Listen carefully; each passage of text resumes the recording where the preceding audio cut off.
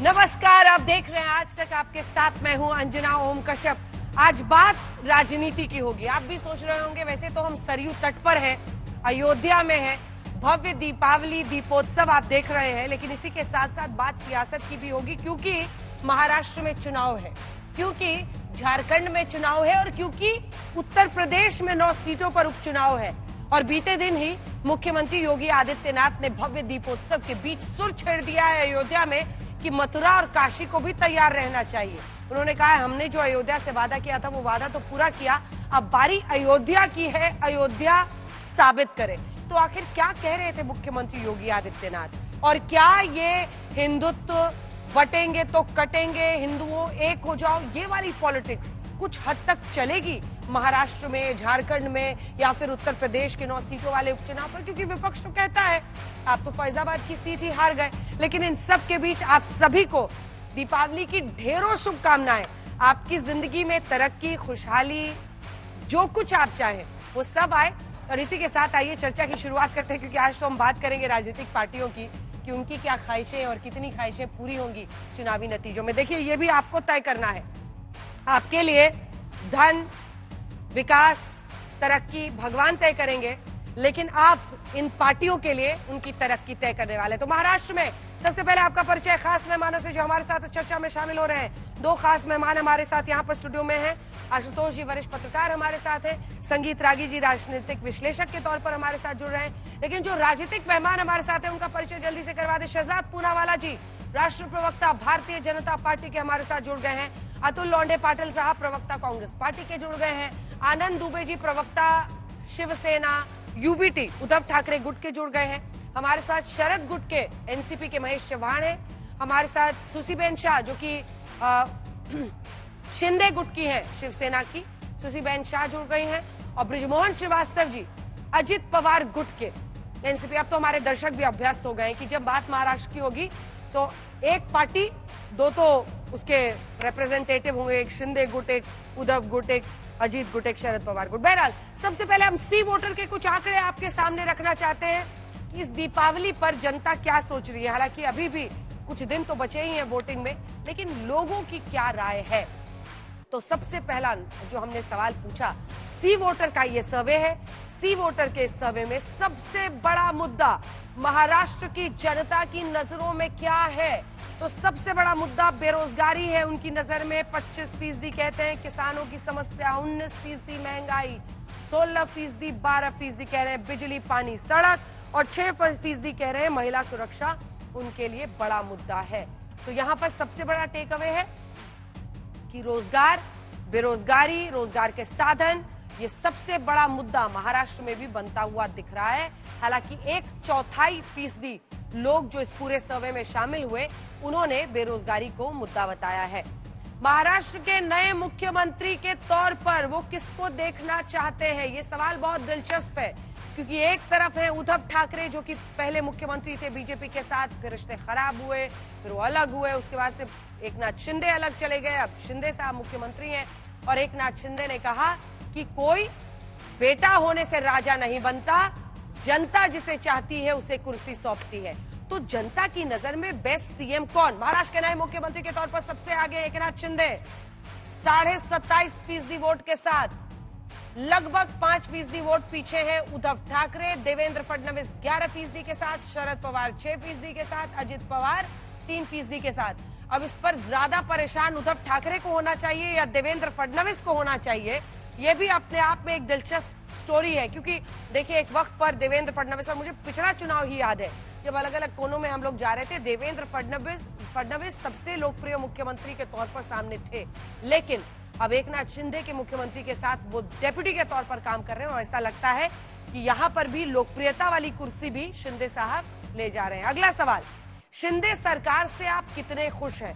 अब ये जो डेटा है इसमें अलग अलग ग्रुप से, लेकिन जो 2 मुख्य तौर पर थे उसमें था नाखुश है, बदलाव जरूरी है, खुश है, बदलाव जरूरी नहीं है। तो यहां पर 10% का फासला है।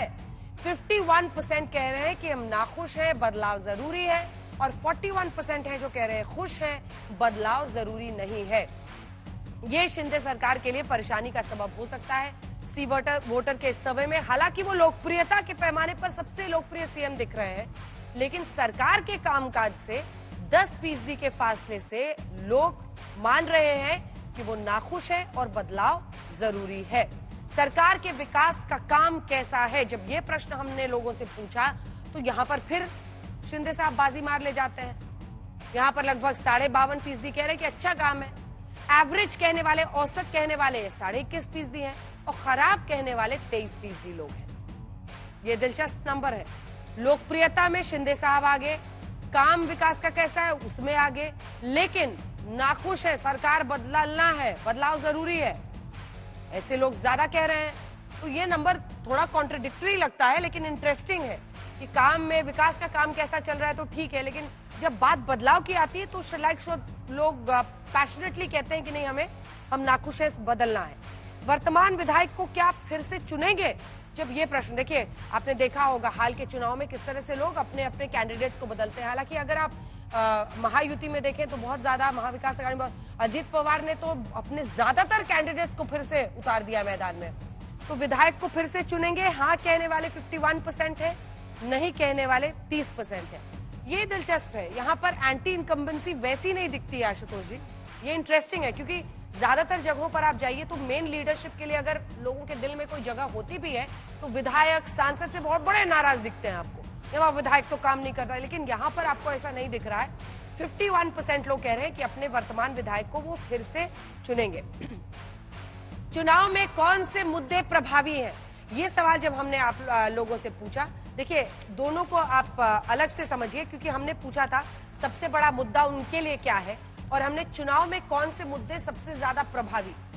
जब ये प्रश्न लोगों से पूछा तो मराठा आरक्षण, देखिए लगभग 38% मराठा पॉपुलेशन है महाराष्ट्र में और मराठा आरक्षण बड़ा मुद्दा है। 23% कह रहे थे। मोदी सरकार का प्रदर्शन 12%, झुग्गियों का विकास लगभग 10%। आपको याद ही होगा मुंबई में बड़े बड़े झुग्गी झोपड़ी और उसके इंस्टॉलेशन है।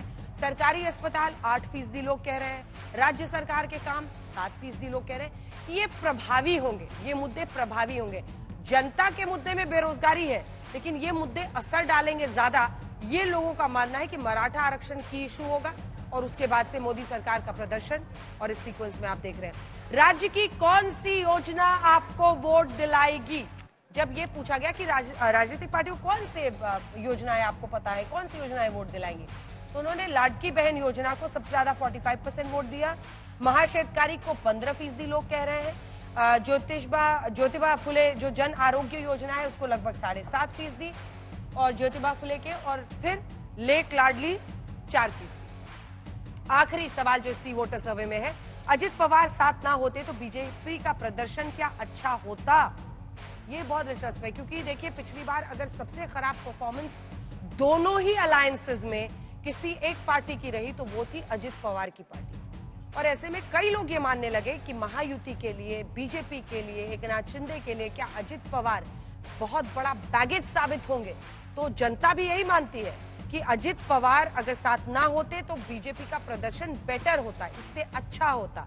लगभग 49 यानी आधी लोग इस सर्वे में कह रहे हैं कि अजित पवार नहीं रहते तो बीजेपी का प्रदर्शन अच्छा होता। वहीं 36% कह रहे हैं कि नहीं, ऐसा नहीं है। यही से पहला सवाल आपसे करते हुए कि क्या ये जो प्रयोग है अजित पवार का, शहजाद पूनावाला जी, वो अच्छा संयोग बनता हुआ नहीं दिखाई दे रहा है आपकी पार्टी के लिए, क्योंकि नाखुश है, बदलाव जरूरी है कहने वाले 51 है और खुश है, बदलाव नहीं चाहिए कहने वाले 41 है। हालांकि शिंदे साहब लोकप्रिय है, हालांकि उनके विकास के काम से भी कुछ लोग खुश दिख रहे हैं।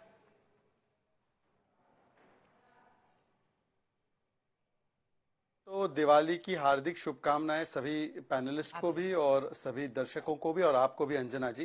देखिए, मैं समझता हूं कि हरियाणा चुनाव के बाद कम से कम, धन्यवाद, और सब लोग एक साथ जय श्री राम भी बोल सकते हैं। हाँ, जो रोम रोम करते हैं वो शायद राम राम नहीं बोल पाएंगे, और जो राम के साथ खड़े हुआ करते थे राम मंदिर के साथ, वो आजकल बाबरनामा में ज्यादा विश्वास रखते हैं, औरंगजेब के लिए ज्यादा विश्वास रखते हैं, पर वो विषय अलग है। मैं देखिए आजकल जो ये सर्वे, प्री पोल हो या पोस्ट पोल हो, एग्जिट पोल हो, उनके आंकड़े क्या थे, कुछ लोग हवा, आंधी, सुनामी, ये सारी चीजें प्रिडिक्ट कर रहे थे आंकड़ों के हिसाब से। तो हरियाणा चुनाव के बाद कम से कम मुझे लगता है कि इनको पिंच ऑफ सॉल्ट या बैग ऑफ सॉल्ट के साथ लेना चाहिए। पर अंजना जी, मैं कुछ आंकड़े आपको गिनाकर बताना चाहता हूं। देखिए, एफडीआई $6 बिलियन हुआ करता था, महाराष्ट्र का तीसरे रैंक पर चला गया था, आज नंबर 1 है। 52% एफडीआई जो है महाराष्ट्र में आया है, $147 बिलियन। जीडीपी 16 लाख करोड़ थी, 40 लाख करोड़ हुई है। पर कैपिटा इनकम 1,25,000 थी, आज 2,77,000 हुई है। जो नेशनल हाईवे था 6,000 किलोमीटर था, आज 18,000 किलोमीटर हुआ है। अनएम्प्लॉयमेंट रेट 7% था, आज गिरकर 3% हुआ है। रेलवे पर 3,500 किलोमीटर थे, 5,400 किलोमीटर आज महाराष्ट्र का रेलवे हुआ है। आज हमने 7 करोड़ लोगों को गरीब कल्याण अन्न योजना के तहत जोड़ा है, 55 लाख लोगों को एलपीजी सिलेंडर दिया है, 70 लाख टॉयलेट बनाए हैं, 2.5 करोड़ से ज्यादा हमारी बहनों को लाड़की बहना योजना से जोड़ा है, 3 करोड़ लोगों के अकाउंट खोले हैं, 2.5 करोड़ लोगों को आयुष्मान भारत मिला है। ये आंकड़े महत्वपूर्ण है और इसीलिए आप देखिए कि इन आंकड़ों में से छोड़िए, मैं आपको आज की स्थिति बताता हूं। ईवीएम पर सवाल जवाब करना प्रारंभ कर दिया है, ये नर्वसनेस का साइन नंबर 1। जब प्रियंका चतुर्वेदी जी, जो आनंद दुबे जी की नेत्री है, और कुछ दिनों में आनंद दुबे जी भी मोदी जी की तारीफ करने लग जाएंगे, ये है साइन नंबर 2। और जिस प्रकार से, और आंकड़े सुनिए, इनको अपने आप पर विश्वास नहीं है तो मिराज की सीट पर, जहां पर कांग्रेस का प्रत्याशी है, वहां पर सेना यूबीटी का प्रत्याशी है। सोलापुर साउथ में कांग्रेस का प्रत्याशी है, वहां पर यूबीटी सेना का प्रत्याशी है। परांदा में है ऐसी सिचुएशन, दिग्रास में है, जिंटूर में है, धारावी में है, रामटेक में है, बायकला में है, संगोला में है। आज सपा ने 9 कैंडिडेट घोषित कर दिए हैं। मानखुर्द पे भी शिवसेना यूबीटी का एक प्रत्याशी है। उद्धव सेना ने बोला कि एनसीपी शरद पवार के लिए हम चिंचवाड़ भोसरी में कैंपेनिंग करेंगे नहीं। आज जिस प्रकार का बयान रमेश छन्नीतला का आया है, तो मुझे लगता है कि इन आंकड़ों से समझ में आ जाता है कि एक तो विकास की बात कर रहा है और दूसरी ओर किस प्रकार से महाविचित्र महाविभाजन अगाड़ी काम कर रही है। इनको एक दूसरे में विश्वास नहीं बचा और जनता को हमारे कामों पर विश्वास है। शहजाद जी, इससे पहले कि मैं अन्य मेहमानों के पास जाऊं, जल्दी से एक बार आपको ये तो बता दीजिए, शिवाजी सीट पर क्या होगा? शिवाजी मानखुर्द की जो सीट है, जहां पर सुरेश पाटिल हैं और नवाब मलिक एनसीपी की तरफ से। नवाब मलिक पे क्या कहना है आपको?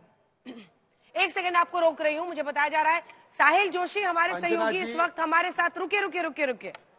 साहिल जोशी हमारे साथ प्रकट हो गए हैं अब महाराष्ट्र से सीधा सरयू तट पर। साहिल, बहुत स्वागत है आपका।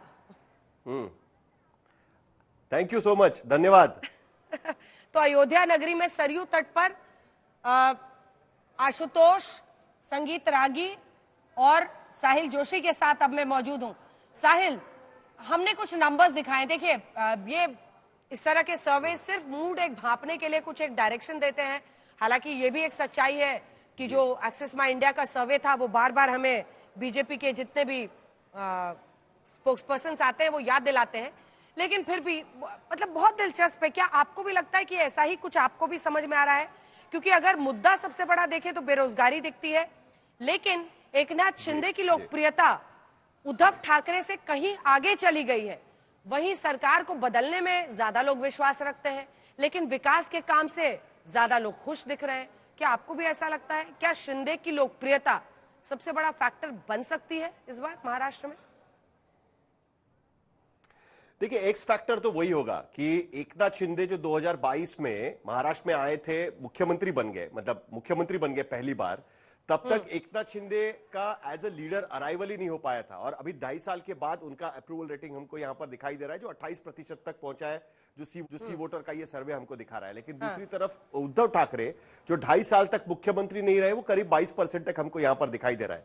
अब इसमें इंटरेस्टिंग बात यह है कि क्या 3 पार्टियों की सरकार केवल एक व्यक्ति के लोकप्रियता पर, उसमें हम देवेंद्र फडणवीस भी कुछ 11-12% पर देवेंद्र फडणवीस है, तो दोनों को मिलाकर भी अगर हम लोग सामने रखें तब लीडरशिप ज्यादा दिखती है। लेकिन महाराष्ट्र की स्थिति से केवल व्यक्ति केंद्रित नहीं है, महाराष्ट्र की स्थिति में कई अलग अलग पहलू यहां पर नजर आते हैं। अगर वो नहीं होते तो लोकसभा चुनाव के बाद हड़बड़ी में लाडली बहना स्कीम लॉन्च करने की जरूरत नहीं आती।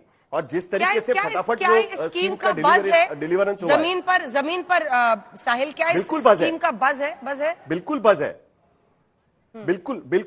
बिल्कुल बज है। और उसका कारण साफ है। देखिए, जहां पर इकोनॉमिक कंडीशन को लेकर लोगों के मन में दिक्कत होती है, वहां पर 1500 रुपया अगर किसी महिला को कि जिनकी आर्थिक स्थिति ठीक नहीं है, माली हालत ठीक नहीं है, उनके घर में 1500 रुपया हर महीना आना, यह बहुत बड़ी बात है। और किसी भी मुंबई जैसे शहर में डोमेस्टिक वर्कर को जो बर्तन मांजने आती है उन्हें भी 1500 रुपए मिलते हैं, तो सोच लीजिए कि कितना उसका बज होगा उसमें। तो कोई उसके लिए मना नहीं करेगा, कोई भी चाहेगा कि अपने घर में वो पैसे आए, लेकिन क्या उसका परिवर्तन, उसका जो कन्वर्जन है, क्या वो वोट में होगा? इस तरीके की स्कीम्स पूरे देश में कई जगह पर लाई गई, कर्नाटक में आई, आंध्र प्रदेश में आई, तेलंगाना में आई, मध्य प्रदेश में आई, लेकिन हर जगह पे उसका वोट कन्वर्जन नहीं हुआ है। तो महाराष्ट्र में ये एक्स फैक्टर या जो चुनाव, लोकसभा चुनाव के बाद लाया गया फैक्टर है, उसका असर होगा कि नहीं, ये देखना एक सवाल और जल्दी से, उसके बाद मैं जाऊंगी मेहमानों के पास और आप बने रहिएगा। देखिए, आज तो हम आपको लेकर आए हैं सरयू तट पर, बहुत जल्दी मैं पहुंच रही हूं महाराष्ट्र और हम लोग कोने कोने में वहां पर पहुंचेंगे जनता के बीच में। शिवाजी मानखुर्द, अभी भी ये नवाब मलिक वर्सेस सुरेश पाटिल वाला मामला सुलटा नहीं है ना महायुति में? 2 लाइन का जवाब साहिल जी। अभी भी सुलटा नहीं है और यही बात बड़ी इंटरेस्टिंग है। और सिर्फ यहां पर नहीं है, माहिम के कॉन्स्टिट्यूंसी में राज ठाकरे के बेटे वहां पर खड़े और बीजेपी ने साफ कह दिया है कि एकनाथ शिंदे के वहां पर कैंडिडेट होने के बावजूद भी वो समर्थन देंगे राज ठाकरे के बेटे जो खड़े वहां पर, अमित ठाकरे उनको समर्थन देंगे, अमित ठाकरे को समर्थन देंगे। नवाब मलिक के मामले में भारतीय जनता पार्टी ने साहिल मीरा भाईंदर की सीट जहां पर नरेंद्र मेहता है बीजेपी के, वहां पर गीता जैन उतर गई हैं। मोशी जहां पर उमेश यवलकर है बीजेपी के, वहां देवेंद्र बोयार उतर गए हैं। बोरीवली की सीट संजय उपाध्याय वर्सेस गोपाल शेट्टी हो रहा है। छगन भुजबल के समीर भुजबल नायगांव से मंत्री है, छगन भुजबल, उनके यहाँ वो नांदगांव से वहां पर खड़े हैं और उसके बदले में एकनाथ शिंदे की पार्टी ने खास हेलीकॉप्टर से एबी फॉर्म भेज दिए ताकि उस दिन चुनाव प्रचार में हो सके। और ये महाविकास आघाड़ी में भी है। देखिए, ये केवल महायुति में नहीं है, कुल मिलाकर 3 पार्टियां एक साथ मिलकर यहां पर सीट बांटने की कोशिश करेगी, तो रेबेलियन होगा, आपसी झगड़ा। दर्शकों को बता दें कि देखिए, महाविकास आघाड़ी में भी कह रही है, लेकिन एनसीपी नहीं चाहती। महाविकास आघाड़ी में भी यही है। शिवाजी मानखुर्द की सीट अबू आजमी एसपी के, तो इधर शिवसेना यूबीटी से राजेंद्र वाघमारे हैं। रामटेक की सीट विशाल बरबटे जो कि यूबीटी से है शिवसेना, तो राजेंद्र मुलक है कांग्रेस के बागी। पवन जायसवाल शिवसेना यूबीटी वर्सेस माणिक राव ठाकरे कांग्रेस के।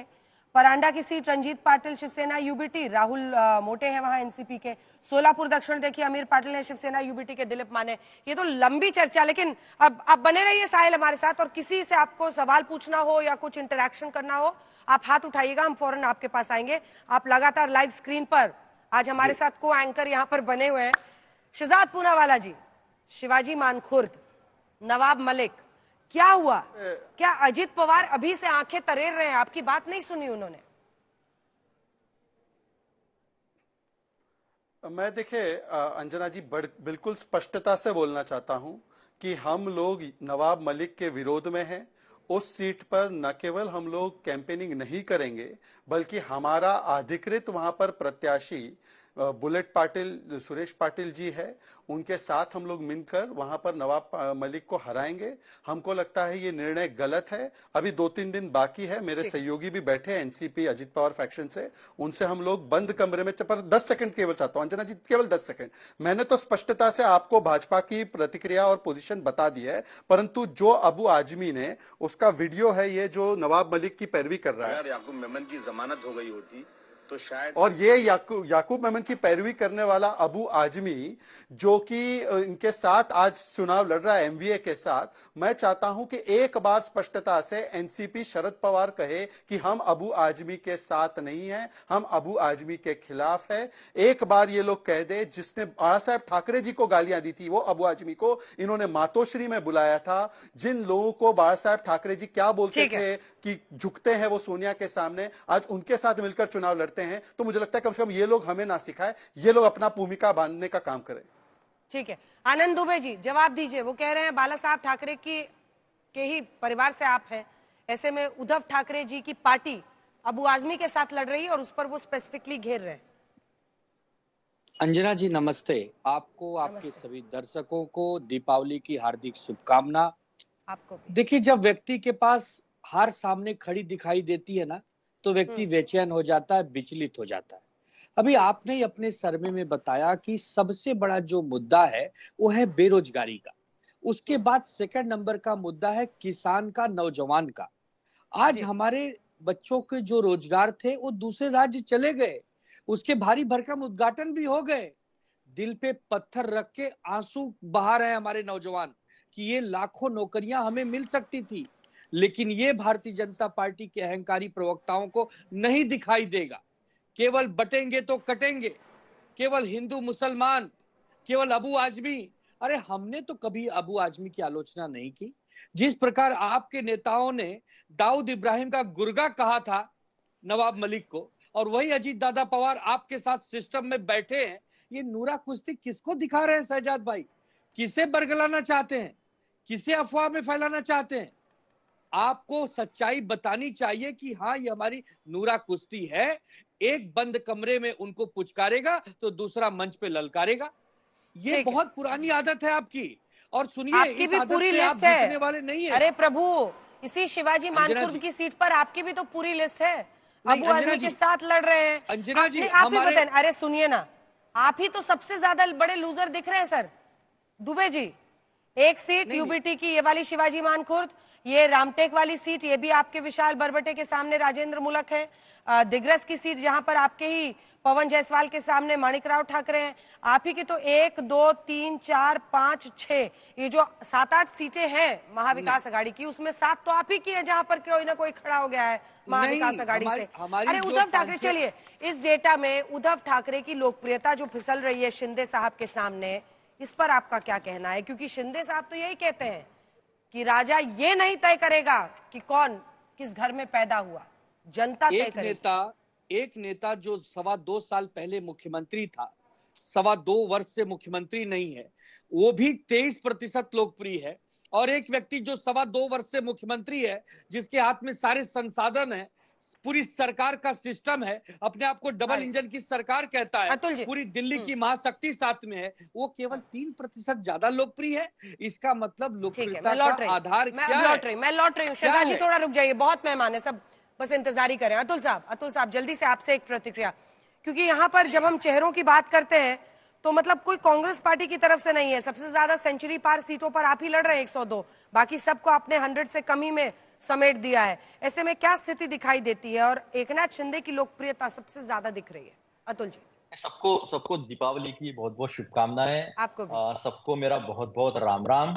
शहजाद को भी बहुत बहुत राम राम। अब शहजाद पूनावाला की क्या बात करे, उनको तो टॉन्ट मारने वाला है, हमें टोमना कहते हैं, साहिल बता देगा टॉन्ट यानी टोमना।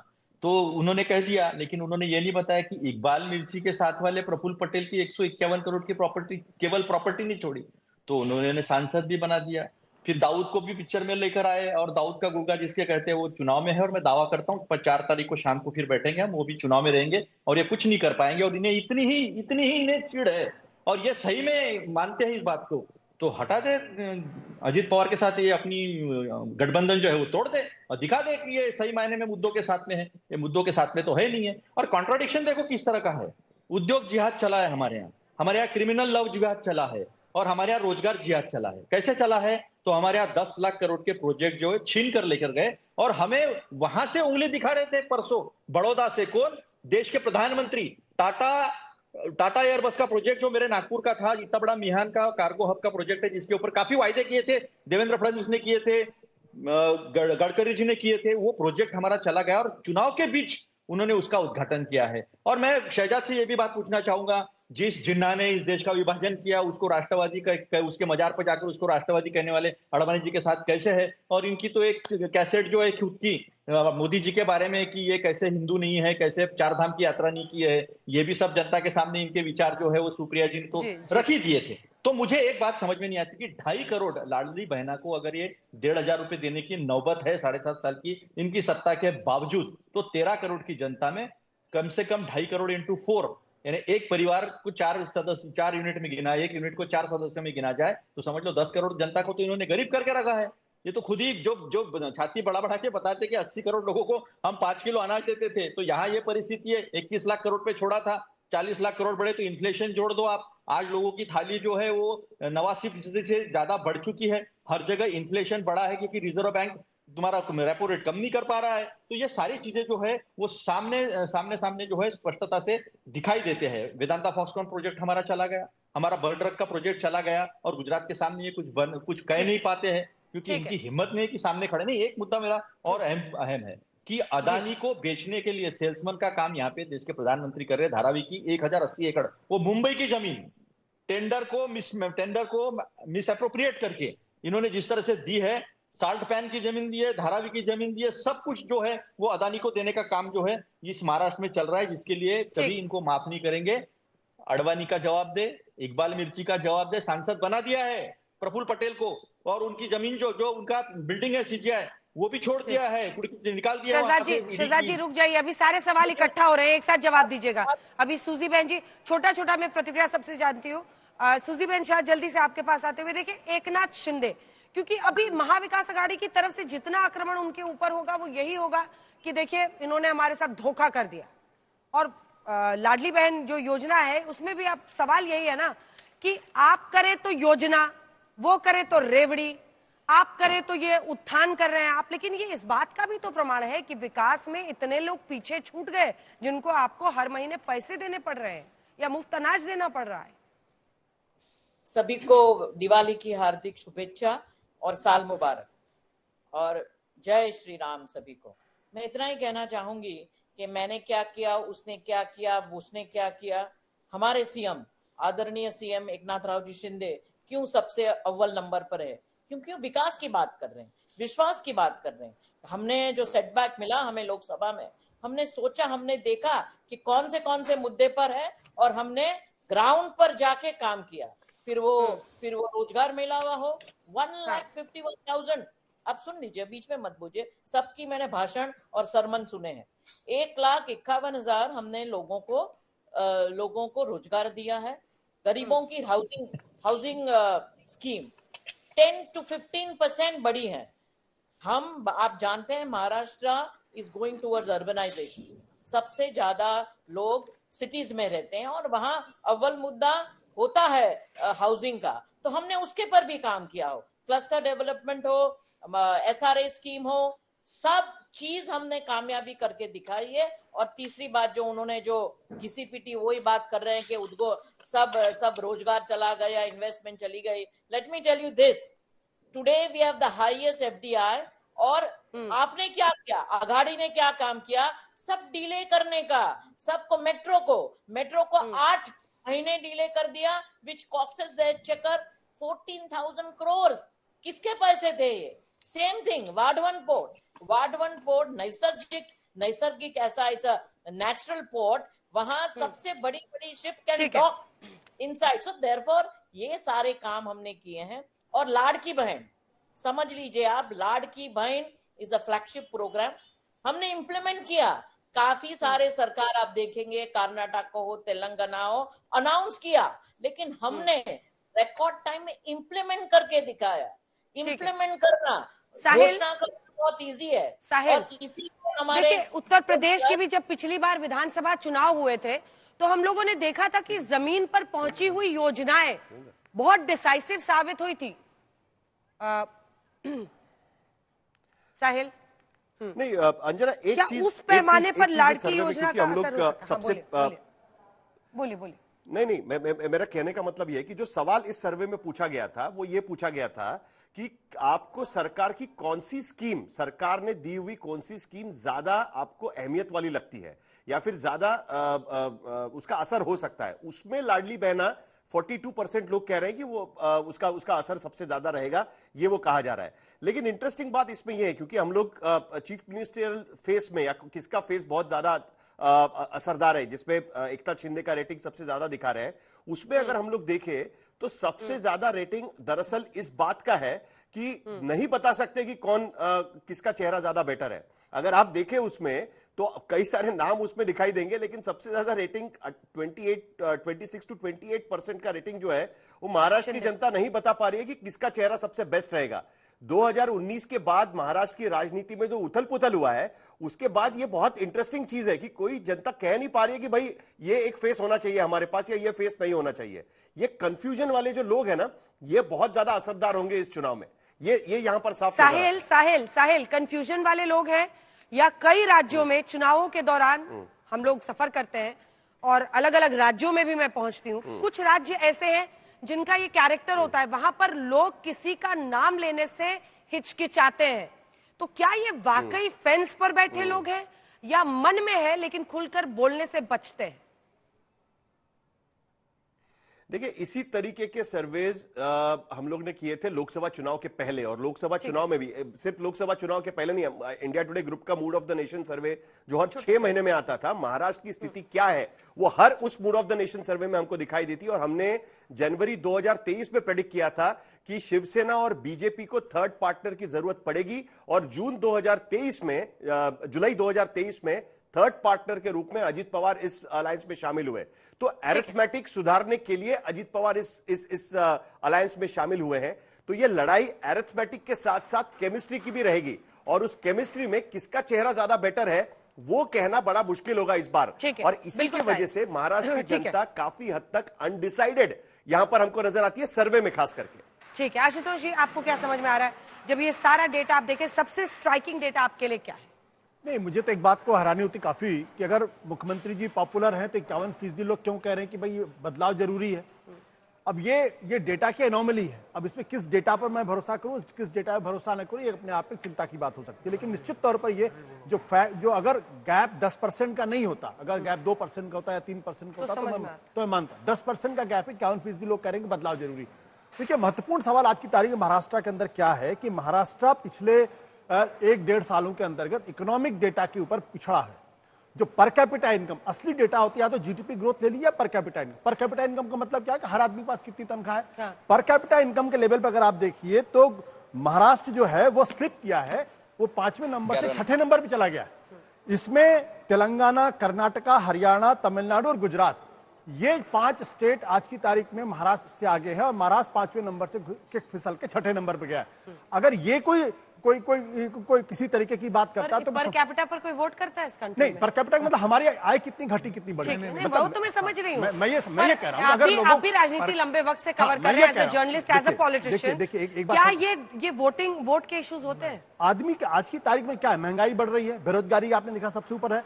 ऐसे में अगर मेरी आय अगर घट रही है, अगर आपका जो मूड ऑफ द नेशन सर्वे आज से 1 साल पहले था जिसमें 62% लोगों ने कहा था कि उनको इस बात की कोई उम्मीद नहीं कि अगले साल उनका पर कैपिटा इनकम बढ़ेगा या घटेगा। ठीक है, देखिए, मुझे थोड़ा डेटा में लेकर देखिए, हरियाणा चुनाव में 45% आपने अनएम्प्लॉयमेंट दिखाया था, यही सी वोटर का डेटा था, 45% अनएम्प्लॉयमेंट। दूसरी बात, हरियाणा चुनाव के अंदर विधानसभा के अंदर देखा था 27% सेटिस्फाइड दिखाई दिए, यहां पर 51% सेटिस्फाइड दिखाई दे रहे हैं, और अनएम्प्लॉयमेंट जो है वो 25% है।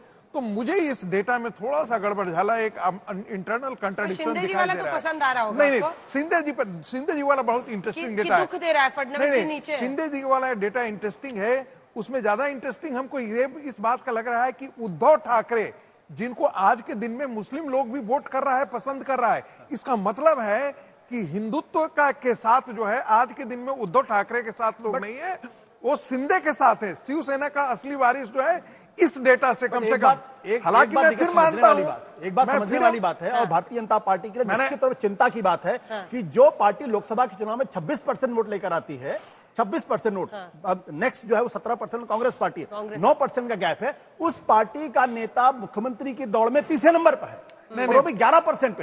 ये तो बीजेपी को सोचना पड़ेगा कि शिंदे के साथ जाने से फायदा है या अपनी पार्टी डुबो रहे अपने नेता को, जिन्होंने शहजाद जी, ऐसा लग रहा था ये प्रेडिक्टेबल क्वेश्चन ही था आपके लिए, लेकिन मैं लास्ट में आपके पास आऊंगी। ब्रिजमोहन जी, आनंद जी की आज बातचीत जो लगी, मुझे लगा हरियाणा चुनाव में जो एग्जिट पोल के दरमियान जिस प्रकार की भाषा, जिस प्रकार के सेंटेंस, वाक्यांश बोल रहे थे, लगभग उसी चीज को दोहरा रहे थे। आनंद जी, आप अपने उद्धव ठाकरे को समझाइए, अभी भी समझाइए, अभी भी वक्त है उनके लिए। कांग्रेस पार्टी के साथ जाने से उनका पूरा का पूरा जो है, कहते हैं ना, पूरा संस्कार ही बदल गया है। हिंदू लोग उनको अब वोट करना बंद कर देगा। शिंदे को छोड़कर उद्धव ठाकरे को बीजेपी अपना ले, आप ये कहना चाह रहे हैं? नहीं, आप मानते कि असली हिंदू वाले जो नेता उद्धव ठाकरे, कहता हूं कम से कम उनको क्षमा मांगना चाहिए, कम से कम महाराष्ट्र की जनता को क्षमा मांगना चाहिए। अगर स्टूडियो में ही पॉलिटिक्स और अलायंसेस तय होते तो आप लोग किस तरह की खिचड़ी बनाते वो हमारे दर्शक समझ गए होंगे। चलिए जल्दी से चलते हैं ब्रिजमोहन जी के पास। ब्रिजमोहन जी, ये आखिरी वाला सवाल तो आपके लिए बड़ी परेशानी वाला है सर। अजित पवार साथ ना होते तो बीजेपी का प्रदर्शन अच्छा होता, 49% कह रहे हैं कि अजित पवार साथ ना होते तो।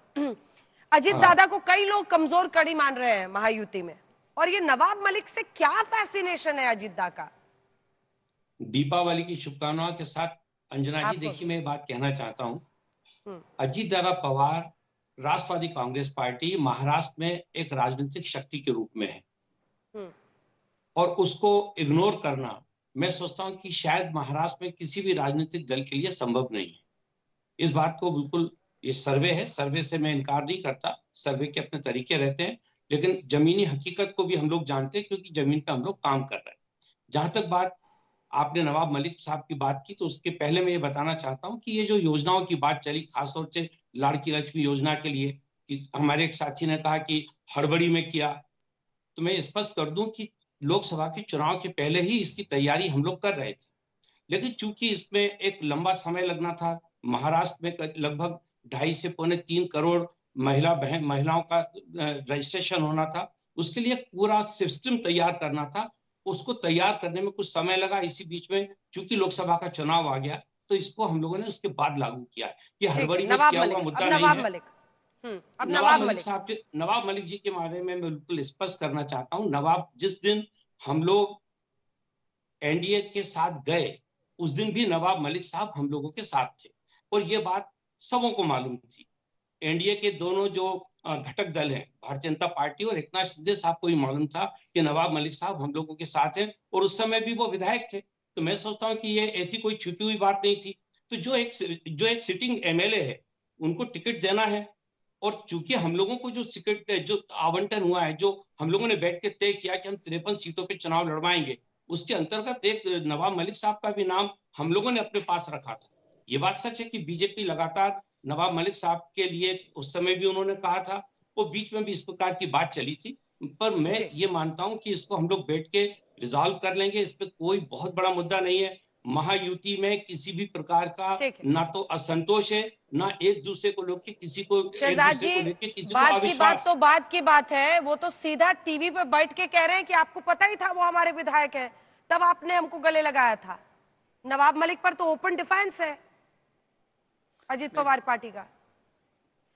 ऐसा है अंजना जी, हम ना बटने वाले हैं ना कटने वाले हैं। आज तक के सारे प्रयासों के बाद भी जो बृजमोहन जी और मुझे बात करनी है, मेरे नेताओं को बात करनी है, हम लोग कर देंगे, पर हमारी भूमिका स्पष्ट है। जब वो विधायक थे तब भी हमने उनका भरपूर विरोध किया था, आज भी हम उनका विरोध करेंगे, आगे भी उनका विरोध करेंगे। इसमें कोई क्लैरिटी आपको चाहिए तो मेरे मुंह से देख लीजिए, मैं वो वर्ड्स बोल रहा हूं। परंतु आज मैंने 10 सेकंड में एक बार 10 सेकंड रुक जाइए, महेश जी से ले ले, फिर एक साथ जवाब दीजिएगा।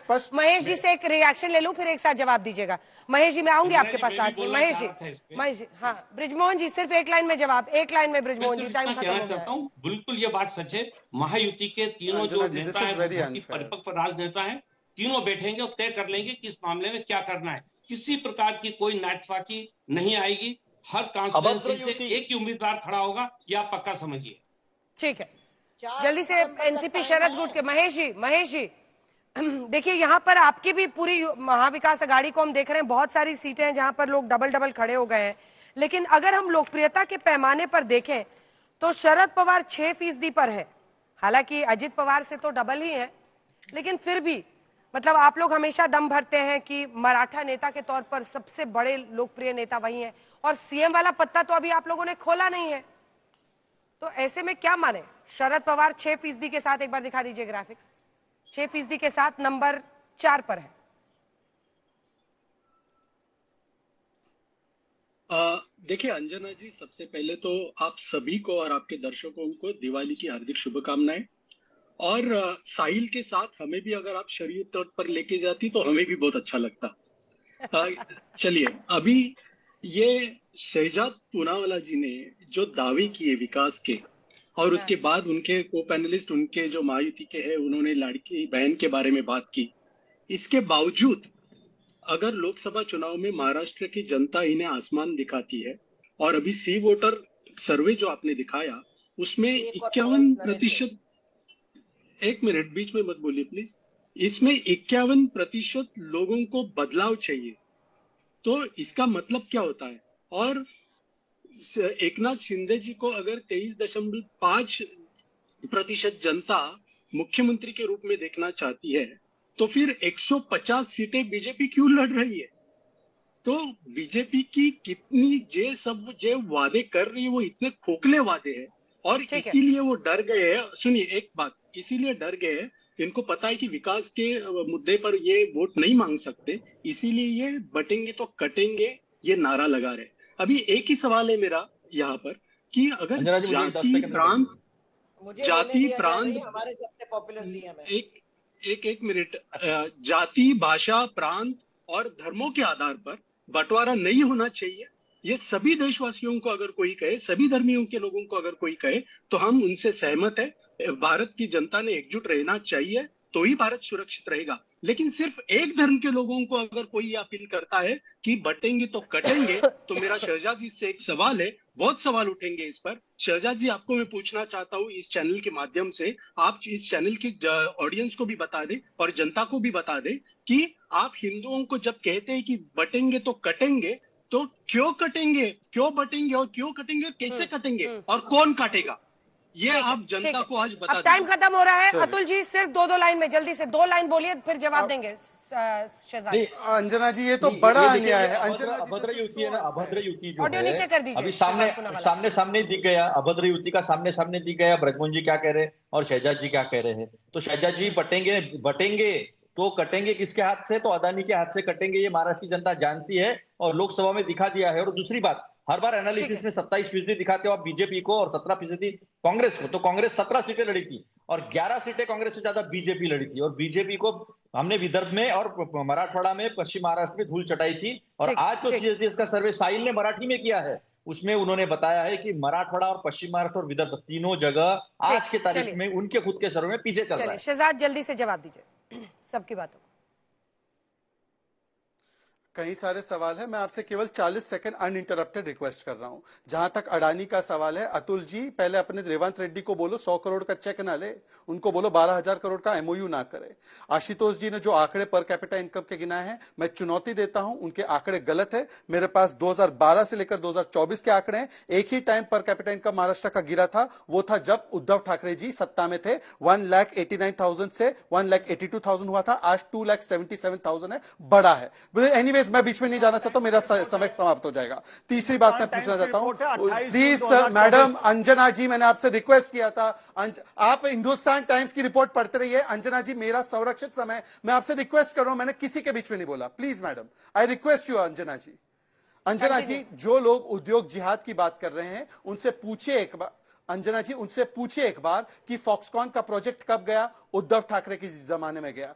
FDI में नंबर 3 महाराष्ट्र कब हुआ? उद्धव ठाकरे के जमाने में हुआ। वसूली 100 करोड़ रुपए करने की अंबानी के घर पे बॉम्ब ब्लास्ट किसने किया? सचिन वजे, जिसको किसने बचाया?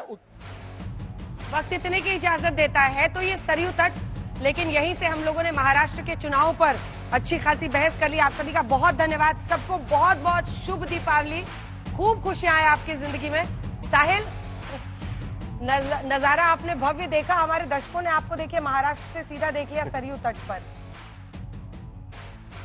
आप सभी को दिवाली की शुभकामनाएं और उम्मीद है कि 4 तारीख से ये सारे पटाखे मुंबई में फूटेंगे। दिवाली खत्म नहीं होगी मुंबई में मेरे ख्याल से। अरे पटाखे फोड़ने को तो हम लोग तरस गए हैं सब लोग, लेकिन प्रदूषण का स्तर ऐसा है कि बहुत मुश्किल है, हालात ऐसे हो गए हैं कि सांस लेना मुश्किल है। बहुत बहुत धन्यवाद साहिल, आपका भी हमारे साथ जुड़ने के लिए। बहुत जल्दी महाराष्ट्र पहुंचकर आपसे मिलते हैं, बहुत धन्यवाद। इसी के साथ आप सभी का बहुत बहुत धन्यवाद। देश दुनिया की बाकी खबरों के लिए आप देखते रहिए आज तक।